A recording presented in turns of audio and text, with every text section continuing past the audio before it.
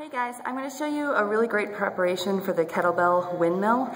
A lot of problems people have with this move come from not being able to unlock the hip. So their windmill will look something like this.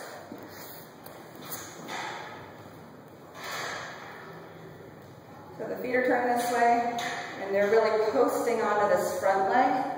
There's a lot of weight here. They have trouble keeping the legs straight. That's because their hip isn't moving freely. Their hip can't release back and on the diagonal to allow the weight to stay on this leg. So, how to unlock the hip? That's the million-dollar question.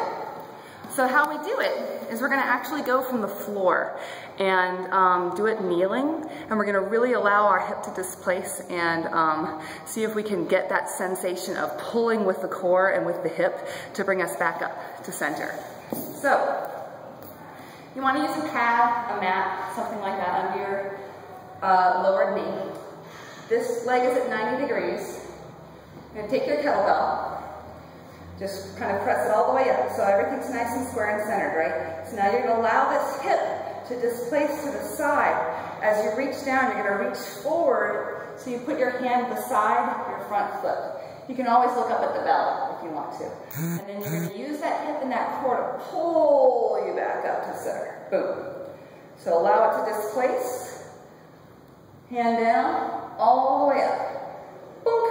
If you have trouble reaching the floor, you can always use a yoga block and just reach down to put the hand on the yoga block. And all the way back up. Okay? So what this really does, guys, is get that hip and that core working together. You're not asking your hip to do too much, or your core to do too much, or your hamstrings to do too much. So once you get that unlocked, it should be a heck of a lot easier to really sink back into your hip and get that movement. So I would do 8 reps on each side, see how that feels.